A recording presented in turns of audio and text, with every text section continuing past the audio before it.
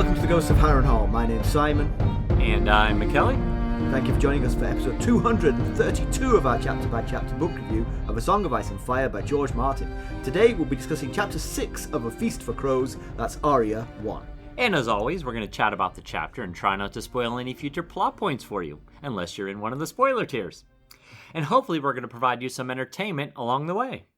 We'll summarise what happened, discuss our thoughts on it, provide some useful background, compare it to the television show, indulge in a little pedantry, and cover some relevant news and listener correspondence.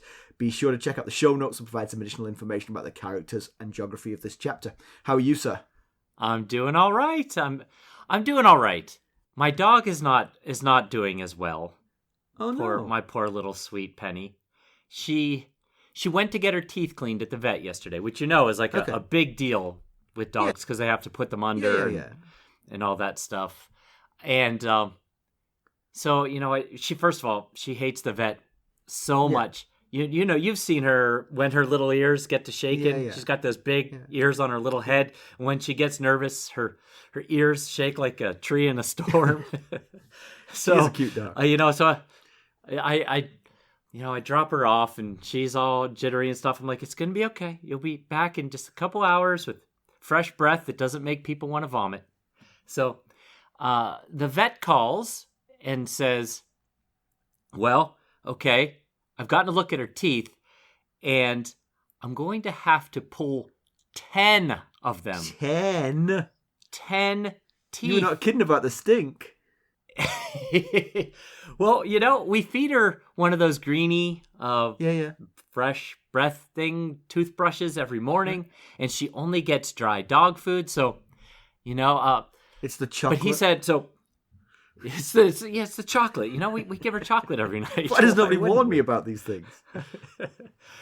He said, here was the good news: that dogs primarily just chew with their back teeth, so it's all her front teeth, just pretty much all of her front teeth, and that she'll be able to eat just fine in time. She's gonna have stitches and stuff, so not right away, but she'll be able to eat with those back teeth, and that the back teeth were really good, no cavities. They looked healthy. They just needed a cleaning. So so she came back. And her poor little, she's got that beard around her little mouth. And the left side of her beard was stained in blood. Oh. I was like, why would they give her back to us like this? Clean that blood up before you hand me our precious little dog. So. She doing better today?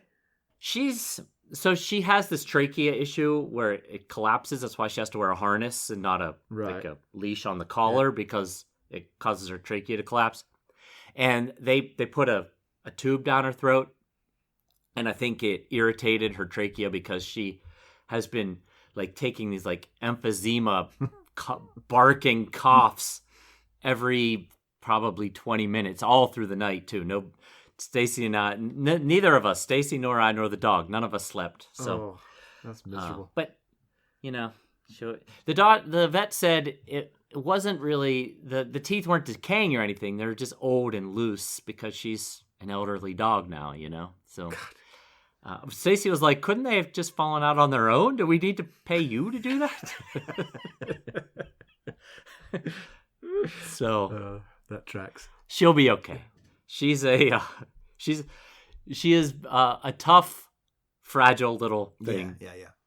So the dog. That segues into my own story of the week, actually. As you know, as I've mentioned on the pod before, I have to take a pill every day now for the rest of my life.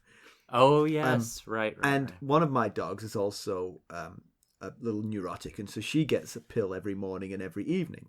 And there have been mishaps, because it's hard first thing in the morning, because it is literally the first thing I do. I mean, quite often before I pee, I deal with the dog because we all have kind of random getting up times in the house, and I'm always first up. So I try to deal with the dogs to calm the house down, so that they're not disturbing everyone.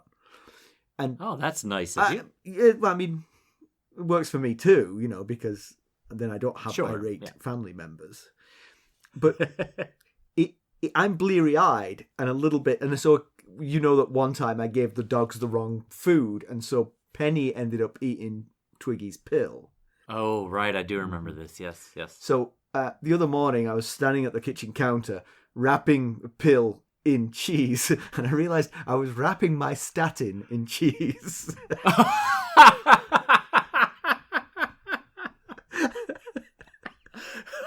It helps it go down easier. Actually, didn't hate it. Swallowed it without any trouble. Fortunately, Might start doing this on the daily. before I realised it was on its way to the dog, I did realise what I was doing. It's a good job they're a different shape, because I would not have noticed. I was absolutely out of it. Give the dog your pill, and you take the dog's pill.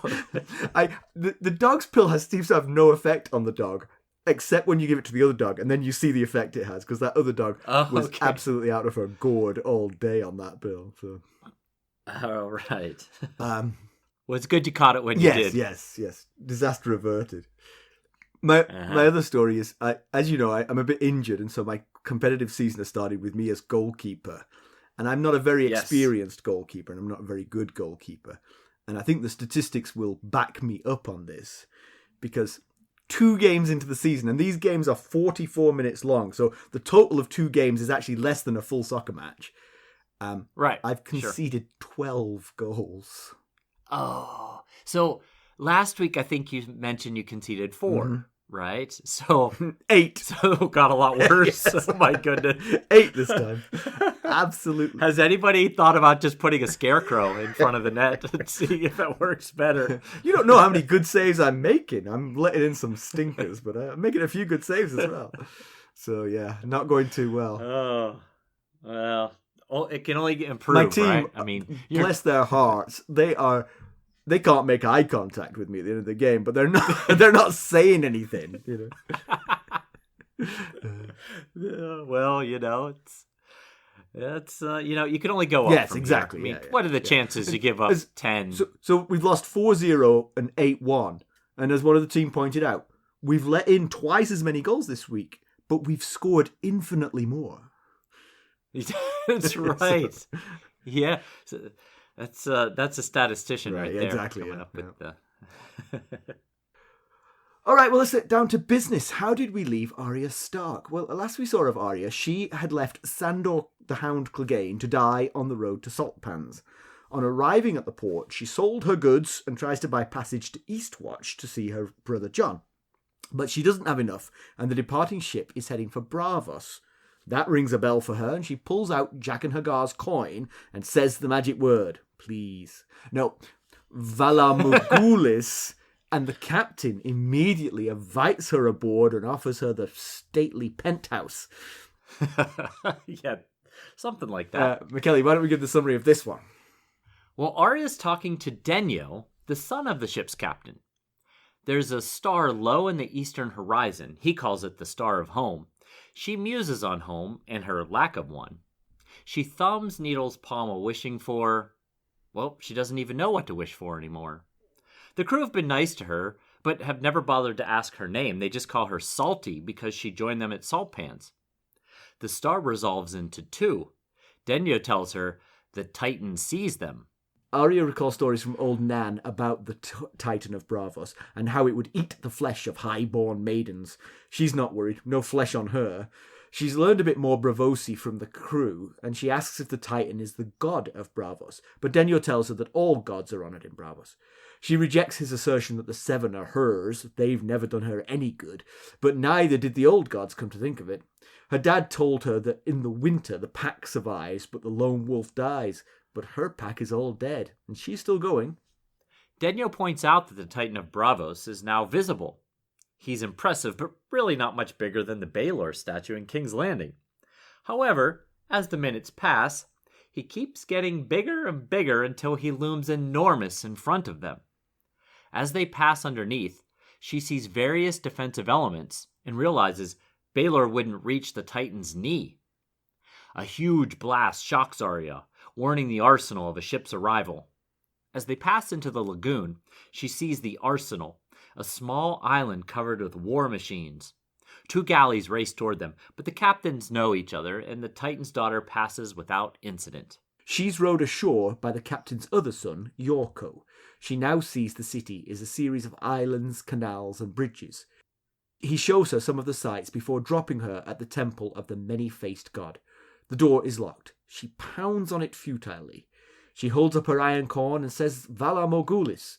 The door opens. She steps in. The doors close. Her eyes adjust to the dark. It seems bigger on the inside than it was on the outside. Within, there are statues seemingly to many gods, and in the center of the temple she finds a pool about 10 feet across. Beside it, a young man weeps. He dips his fingers in and then licks them. She offers him a cup of the water, and he says, Valar Morghulis. Valar Dohaeris, she replies. He drinks, drops the cup, and lurches away to an alcove. She notices a bleeding stab wound in his gut. Many of the alcoves are occupied by seemingly the dead and the dying. A cowed waif grabs her arm, but doesn't understand when Arya warns her not to touch her. But a robed man confirms that he understands. He gives her the lowdown on the religion. The many-faced god has countless faces, but we all face him eventually. She produces the coin and Jaqen H'ghar's name, but the man denies knowing him. He asks for Arya's name, and she lies, but he sees through every one. Finally, she admits the truth. He asks her if she fears death. She says no, but he tests her, lowering his cowl to reveal a skeleton face with a worm creeping from the eye socket. He demands a kiss. She obliges and tries to eat the worm for good measure. He, now sporting a very kindly face, laughs and asks if she's hungry. Yes, but not for food. We'll be right back. Hello, friends. Are you ready to make some unforgettable memories? Well, if so, consider the Marriott Bonvoy program.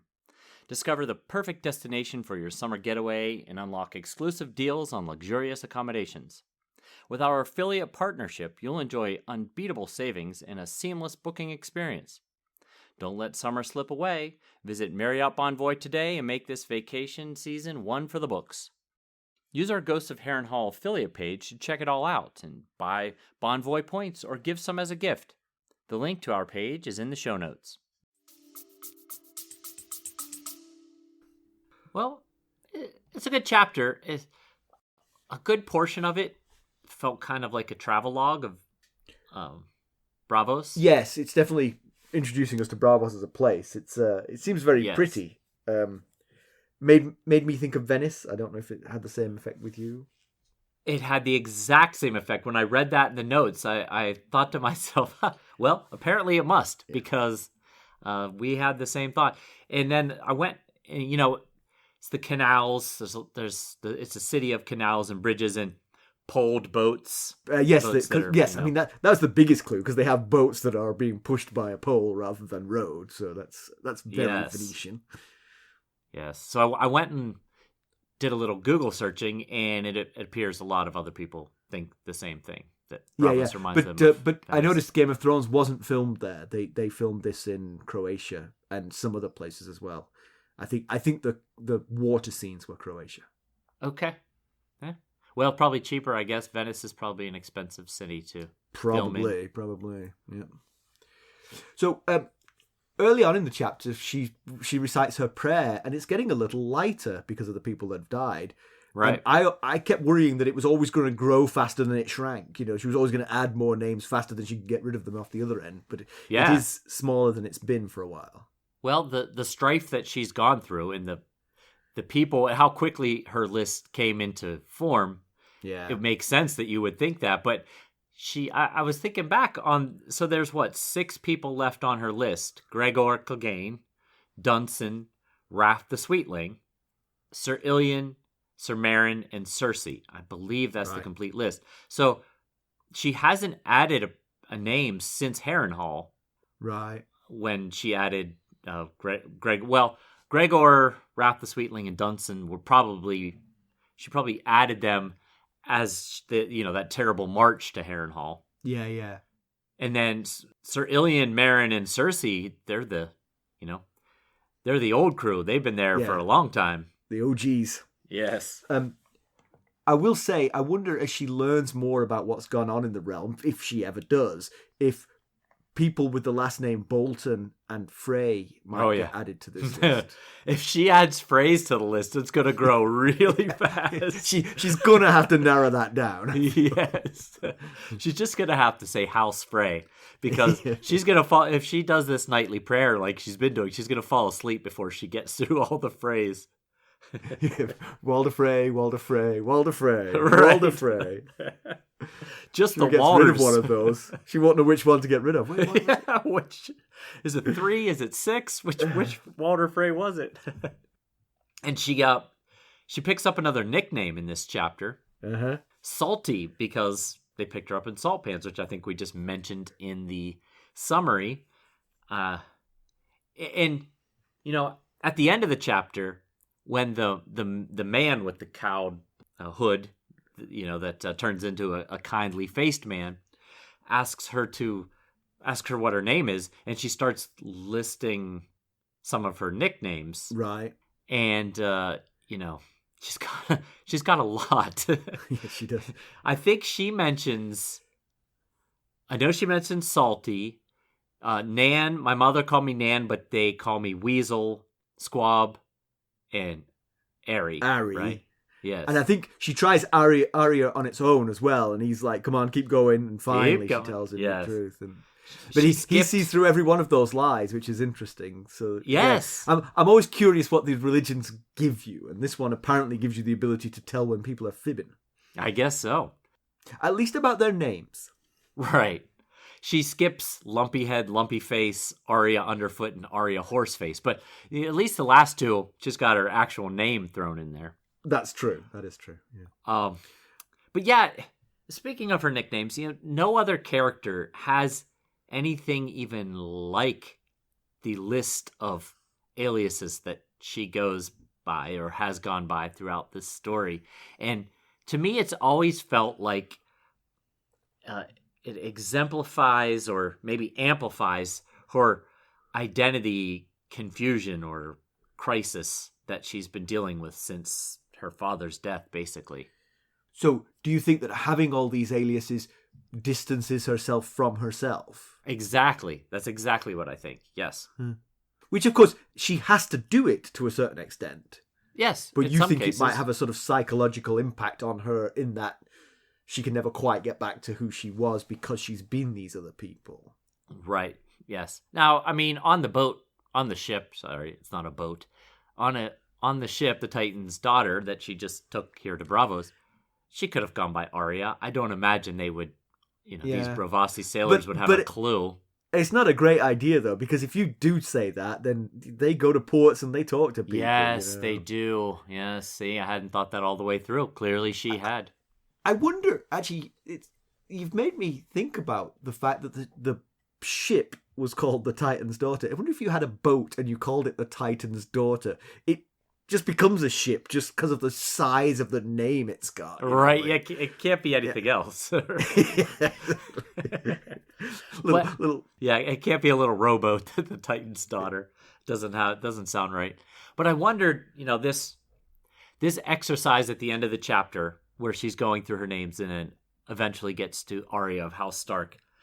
I wonder if that could be cathartic to her to say out loud to someone, I am Arya of House Stark. Yeah. And also, coming back to the religion, it does seem that names are important to this religion. Yes. That you need to own up to who you are and then abandon who you are to be part of this religion, Right. Yes. Agreed. Yeah. So Arya recalls Ned saying, when the cold wind blows, the lone wolf dies, but the pack survives. But she, not unreasonably, thinks that he had it backwards, that she, the lone wolf, is the one that's surviving, and those who stayed as a pack, or at least fragmented packs, have all been dispatched. Yeah, it's, if only she knew how wrong she is about the fact that she thinks her whole family's dead, but, really, in many respects, actually, Ned's words are probably truer now, because if they had all stayed together, they probably wouldn't all be dead, Yes, that is very true, yeah. I just wonder how this belief might affect how she sees relationships and the importance she puts on developing them, if she thinks I'm better off as a lone wolf because everyone around me dies anyway. Anyone I get close to dies or disappears. That's very true. And actually sort of also goes to the recent Brienne chapter. She too wants to be a lone wolf and doesn't want to form relationships with people. Right. Yeah. Mm. Yeah. Speaking of her pack, or the Stark / Jon Snow family, we've got Sam, Gilly, and Aemon and Darren heading toward Braavos. Now, it's a huge city, but could she possibly find out that Bran is still alive by coming across Sam and discovering who each other are? That ship isn't going to sink because of his loose lips, let me tell you. Well, yeah. I mean, like, he swore that he wouldn't tell Jon, right? Did he swear he won't tell anybody? Well, that's couldn't there be some sort of loophole here? I can only tell you this. He's promised not to tell Jon. Right. And if you do, don't tell him I told you. We'll be right back. This episode is sponsored by Audible. To get a free audiobook, or 2 if you're an Amazon Prime member, go to our exclusive URL, audibletrial.com/ghostsharrenhal. You can find the link in our show notes. So thinking about Arya's psychology a little bit, she thumbs the pommel of needle while she tries to make a wish. And that's kind of, to me, that was sort of probably just a sort of nervous habit, but also sort of like makes me think her wishes tend towards the violent a little bit. But yes. But then she can't even come up with an actual wish. You know, she's there, she's in this brand new opportunity, and she tries to wish for something and can't think of anything to wish for, which is, that psychologically is good. Again, not a shrink, not a psychologist of any sort, but I would be concerned by a child who can't make a wish.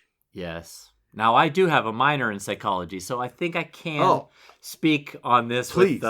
With take credentials. The baton. With full credentialed minor. I shall lay back on the couch while you diagnose. No, I agree with you entirely, though. Children should have wishful minds, just in general. Like, I hadn't really thought about the fact that she doesn't even know what she wants anymore in life. Does she want a family, some sort of connection to people? Does she want to find, revenge? What does she want? I mean, the only thing she has, running through her life is this list, and that's pretty depressing, pretty bleak that's all she's got. Incredibly unhealthy too, especially for a little girl like that. She also, multiple times in this chapter, she denies being scared. When the blast of the Titan makes everyone jump, she says she wasn't actually scared. Right. She's not scared of the skull with the worm growing out of its eye socket, which I would have been. Yeah, me too. I think I found it a little bit disturbing that she wasn't more scared at that face. Like, what has this poor girl seen in life? Unfortunately, we know that she's not scared by that face. But she also, when Yorko leaves her at the bottom of the stairs to the Temple of the Many-Faced God, she runs up the stairs 2 at a time so that nobody will ever think that she is afraid. Right, yep. So I actually thought this was the other thing when you put your notes in first this week. And the Venice thing, I had the same thought on. And I also noticed that multiple times she tells herself or says out loud, I'm not afraid. But at the same time, she does admit that she wants to stay on the Titan's daughter. To herself. She was happy on that ship. Yes. She was, the people liked her. She liked them. But yeah, once again, Arya's left on her own, which we've said so many times, basically since the sack of the Tower of the Hand, that she, no matter what the circumstance, she ends up on her own. And I just have to say, it's kind of a cold move by Captain Ternesio to send this 10-year-old girl off alone in this city. Now, the coin means something. Yeah, it's not his responsibility to find her a home, but it would be hard to let this little girl loose in a city where he must know that she doesn't speak the language, because he talks to her in the common tongue, and she can only interact with his sons other than, just simple words from the rest of the crew. So, but at the end of the chapter, the man says that the House of Black and White is no place for Arya Stark, and Arya says, "Please, I have no place to go." So finally, she showed some vulnerability and said, "I need help. I don't have anywhere to go." And I wondered if it was possibly not a coincidence that it came immediately after speaking her true name, getting back to little 10-year-old Arya Stark. Yes.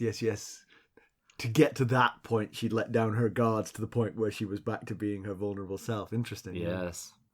Yeah. I mentioned this on the Sustainer call earlier this week, but I have crossed an ocean to start a new life. That you have. But as has Arya Stark. And I will tell you, there's quite a lot of terror involved in that. I'm sure. Even when you're 27 years old, you have money in your pocket, you have a place to live and a job lined up. Right. Big difference. I didn't have one coin. I had 200 of them. I didn't have to hold them up at the door to my apartment. Yes. But yeah, it was scary then. I cannot imagine what it would be like to do it as a 10-year-old girl. And by yourself. Yeah, exactly. I mean, I was by myself. I didn't know anyone, but it's different. Right. I was a grown-up. Oh, yes. Yeah. I mean, there's a lot of 10-year-old kids out there that have moved across the ocean to a new city, but usually they have a family with them. Right. Yes. Not the solo. One thing I'll say though, it was exhilarating looking back on it, and the sense of potential and possibility that comes with it does when you're 27 solve that terror somewhat. Sure. Yeah. I could understand. I wasn't that. 10. Right. Big distinction. I felt it on the inside, but I wasn't. I was a grown-up. So, Denyo, the son of the captain, provides a history of Braavos. The Moon Singers led them there to avoid the dragons of Valyria. Yeah. Are you going to talk more about this? I am. In background, we are going to learn more about these Moon Singers. Let's save that for then. So the Titan is an impressive statue for sure. He straddles the entryway to the lagoon. His lower half was a natural arch, and the arch is skirted in armour with room for people and arrow slits and murder holes. Above, his torso was built upwards and is hollow and is occupied with more defences. One hand rests on the mountain, the other holds a raised sword. He bellows when a ship passes through to alert the garrison, and the garrison come out to check out that ship, make sure it's welcome. Right.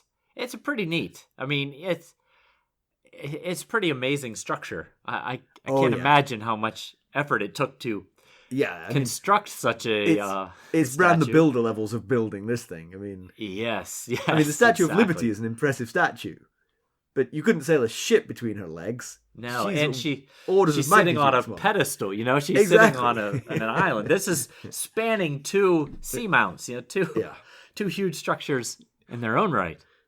Yeah. So the main religion of Braavos appears to be the Moon Singers, who you're going to talk about. But Relor features. There's also a Sept of the Seven. Denyo says that only Westerosi go to the Sept of the Seven. It's not like it's spreading to Braavos. It's just there's a lot of Westerosi sailors come through.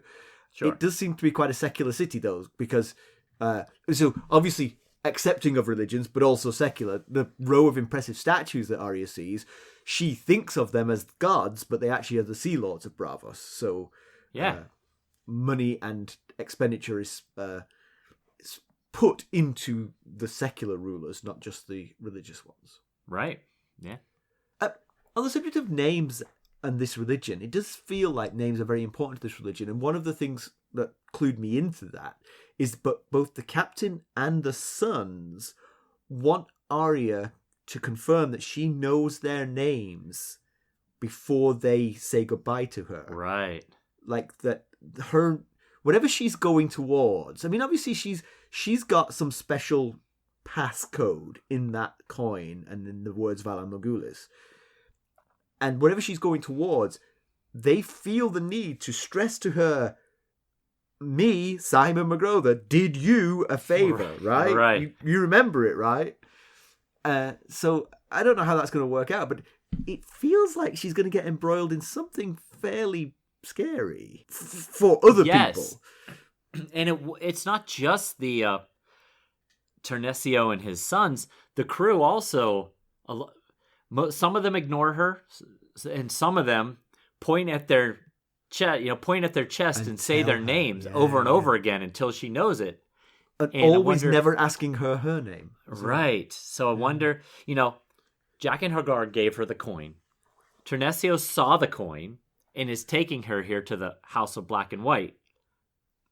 So he and probably all these Braavosi sailors must have some idea that coin is associated with that temple.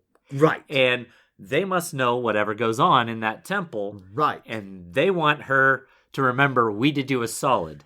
Right. So because now you need to remember our faces because we may not remember yours. Yes, exactly. There's no point in asking you your name next time we see you. It might not look like you do now. That's absolutely right. That could well be it, yeah. Now, we've discussed that previously that Jaqen H'ghar is possibly a faceless man. He's the one that gave her the coin.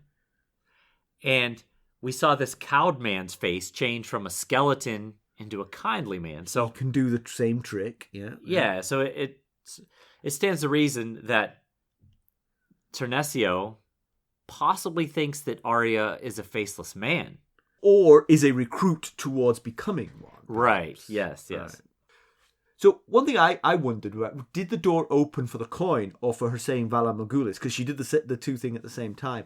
And I thought about it, and I think I came up with the logical answer. It was the words, not the coin. Because the dying come here to die. Yeah. They can't all be carrying coins. Coin-carrying members of the Temple of the Many-Faced Gods. Right. I mean, if everybody in Braavos carries one of those coins, the sea captains must be constantly getting diverted. Oh my God, not another coin. All right, boys, we're heading back to Braavos. But we were trying to get to Old Town. Exactly. Not today, we're not. I think just the words would have opened it. She just happened to be holding the coin when she said them. Yeah, so I don't remember how much we explained this in the summary, but she gets to the doors. It's locked. She shouts at the doors, Jaqen told me to come. She shows the coin and she yells Valar Morghulis, and then the doors open. So I agree. It was likely Valar Morghulis for the exact reason that you mentioned. Yeah. And also because, I mean, just generally speaking, Braavos citizens seemed to come in. We saw, we saw that the young man sitting at the pool. Yeah, and we skipped over it, but there were women crying presumably over dead bodies, kind of thing. Yes, that's true. So, that's true. And, but the coin seems to be related to the Temple of the Many-Faced God because Captain Ternesio took her there. She didn't know where exactly she was wanting to go. I don't recall her saying that she wanted to go to a specific temple. So let's say it's the words. So Braavos, people from Braavos know if they want to go and die in the Temple of the Many-Faced Gods, they need to come to the door, say Valar Morghulis, get let in. If you just walked up to a ship captain in salt pans and said Valar Morghulis, he'd be like, well, you're going to have to do it here. I'm not dragging you all the way to Braavos. Right.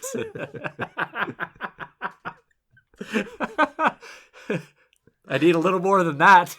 Yeah. Oh, you've got the coin. All right. Come on then. Yes. Right. So before departing Arya at Harrenhal, Jaqen gave her the coin and said, if you want to see me again, give this to any man from Braavos and say Valar Morghulis. So it certainly seems like it's a calling card here. But we've also previously discussed about what Jaqen H'ghar might have been up to since Harrenhal. We thought possibly he could have been a faceless man and the one that pushed Balon Greyjoy in Pike. And he very much, the face that he changed into after he was the Jaqen H'ghar that Arya had known, was very much fitting of the description mentioned of the man, the alchemist that killed Pate interacted with. Yes, I drew a blank on his name for a second. So in Harrenhal, he said, if you want to learn from him, you must follow me across the sea. So did he change his mind? And did he get another assignment before, after leaving Arya, before crossing the sea? Did he change his mind and decide he had other stuff to do? Or so? Yeah. No, we don't know. We might find out. The man with the kindly faced man does say he doesn't recognize the name Jaqen H'ghar. Right. As we were just discussing, faceless men very well might not have names. So right, Jaqen H'ghar could have just been a alias he was using for his time in Westeros on that particular project. She meets this dying man at the edge of the pool, and according to the notes, we have a pretty good idea of what he is. I'm going to say you wrote those notes because I'm not sure. But actually, I do have an idea because she learned her water dancing from the first sword of Braavos, Syrio Forel. And he said that at night, the men would go out and duel in the streets. Yes, they're called Braavos. Braavos. Yes. They're swordsmen who are always, they're known to pick fights with one another on a whim.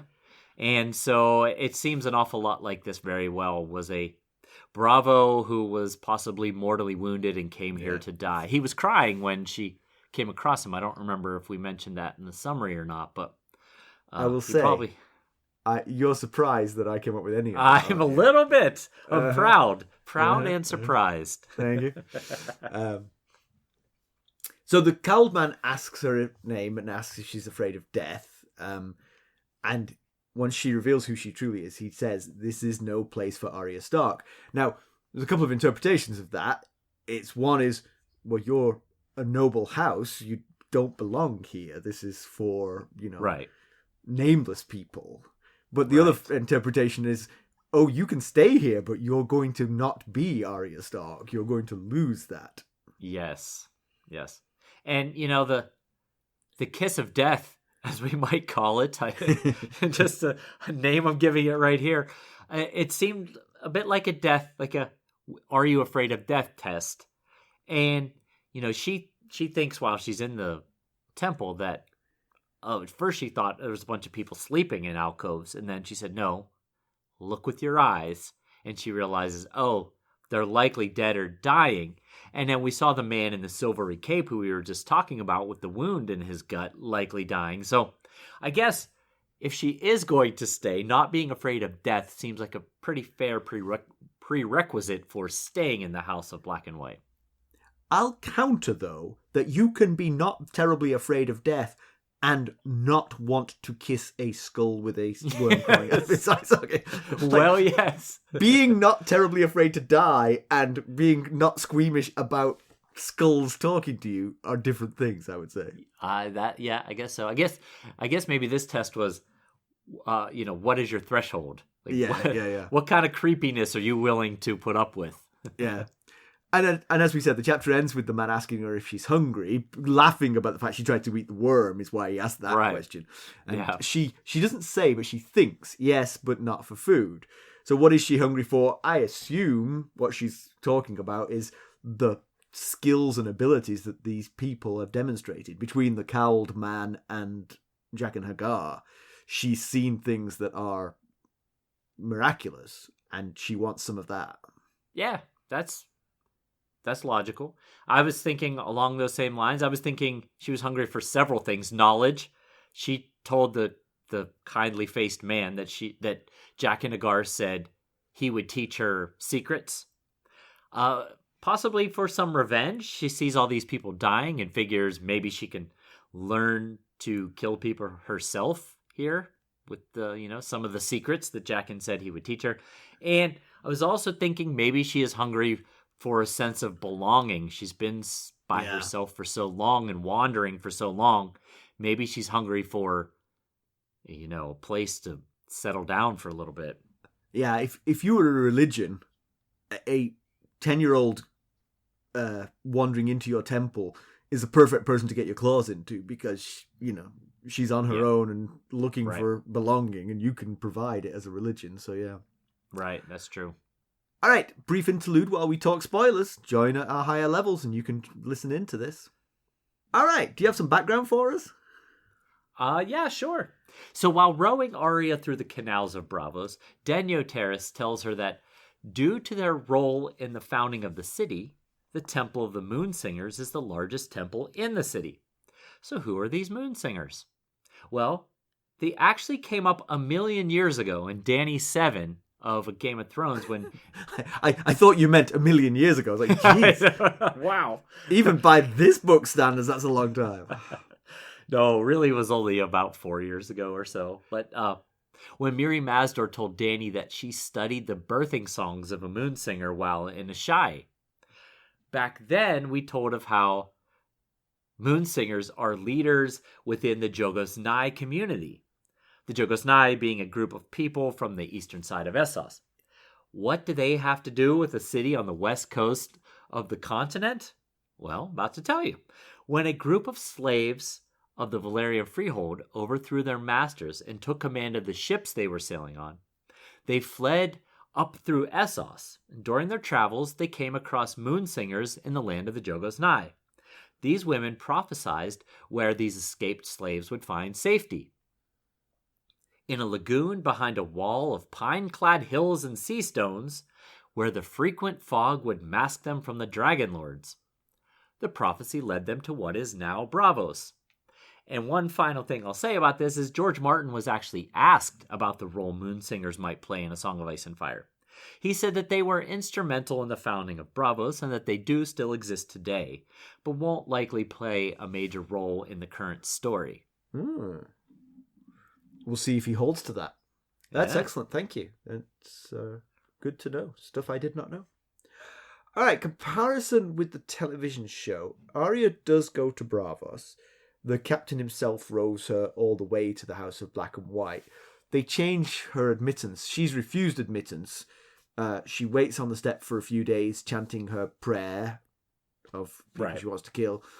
Eventually, she gives up and throws the coin that she's had all this time into the canal. Later, we see her beheading a pigeon with needle and grabbing it, presumably to eat, not just for the fun of it. When a group of thieves see her smuggling this pigeon, they set upon her.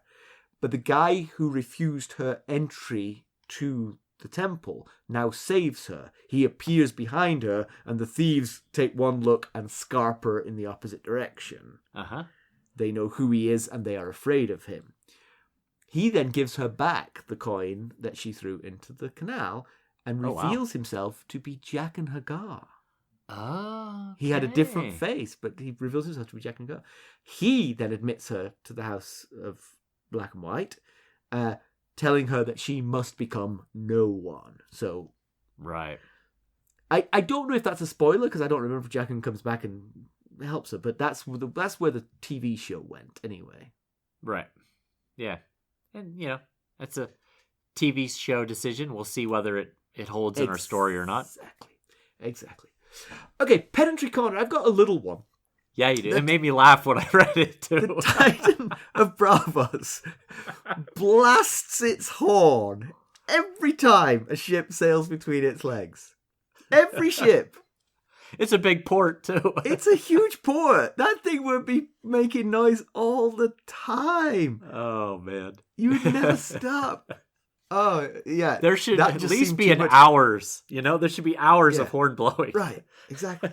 or just make all the ships wait. All right, come on. Right. You 8 come through. One blast, check them out. Yeah, it just felt like that was too much. Yes. I hadn't thought about it one bit until I read that, and I was like, oh, that is very true. That could be a problem. Given the size of the port that Braavos is, the garrison, the Arsenal's warships should just patrol the water between the garrison and the Titan. I mean, they should just patrol that water. There's always going to be ships coming. Check them all out, Yeah, and they could have a system where if there is a problem, one of the ships has a horn that it blows, and then the Titan blows its, does its noise making. All right, news and notes. We had a terrific sustainer call just yesterday. We did. And wasn't as well attended as normal for any particular reason, Mackelly? No, I can't think of any. I don't know what could have gone wrong.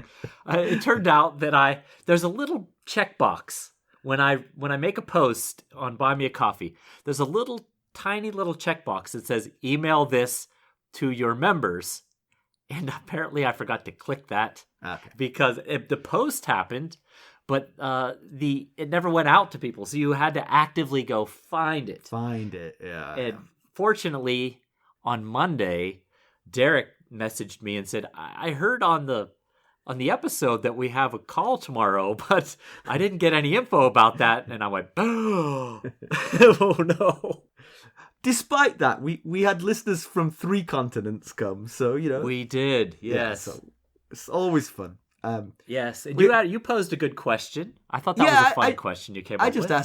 I just asked if there was any character you wish, to this point in the story, had a different story arc than they'd had. I mean, there's some characters who I think where their story's gone is kind of perfect. Like Tyrion, for instance. I think it's perfect what's happened to him. Good, the bad, the indifferent. It's been a great story. Some characters you maybe wish went differently. And you and I went in different directions. You wished for better for Ned and Arya. Yes. And I wished for worse for Cersei. Yeah, right. I think George was with me on the call. I think he also Yes, said, George definitely agreed with you, yeah. Yeah, I also mentioned Arya. I wish, as this is an Arya chapter, as a little girl, I just hate it. Just breaks my heart to see all the strife and terrible things she's gone through. All right, so the next thing in news and notes is some cockamamie. This is like a Dan Brown novel. So some are suggesting that George Martin's recent post on his blog is a message about the missing A Song of Ice and Fire books, Winds of Winter and A Dream of Spring. So the post is a picture of William Faulkner, and the post is titled Words of Wisdom. And then there is a quote over top of his picture that goes, "Dreams have only one owner at a time. That's why dreamers are lonely." And then the post had those little tags that he does at the bottom, and it was tagged dreams and writing. So, what does any of that have to do with A Song of Ice and Fire and our missing books? Interjection? Yeah. It's something he was doing when he could have been writing. Just that could be it. That could be the answer. Well, yes, I agree. Not much on the surface, considering we're all dreaming of those books together, so we are not lonely dreamers. But for the bored, hopeful A Song of Ice and Fire fans, apparently there's some hidden meaning in this post, and I'll break it down for you. So the title, Words of Wisdom, have the same initials as Winds of Winter. The quote speaks of dreamers, and we're all waiting and hoping for a dream of spring. Now here's the kicker. I forgot to mention that this was in the post. There is a blue rose randomly included in the post. And it's germane to the conversation because of the famous blue roses that Rhaegar gives Lyanna at the tourney at Harrenhal. And then, of course, the post is tagged with dreams and writing. So, maybe. I'm sure George Martin likes clues and puzzles and such things. But I did look it up. It was posted on March 11th, and that is neither Faulkner's birthday or death day. So the quote could have been chosen for its dream references as clues. Or possibly he was just thinking of it and decided to post it, and we're all heading down this Viserys Targaryen path toward madness while we wait. Yeah, that seems like a winner to me. Yeah. Just a reminder that this episode will be followed by a week of silence. Will be 2 weeks between episodes. Just bear with us. We're both going on vacation the same week, and so we are just taking a week off. We'll be back. A guest host won't save us this time. Not this time. Neither of us are available. Yeah. And we got a new Buy Me a Coffee sustainer.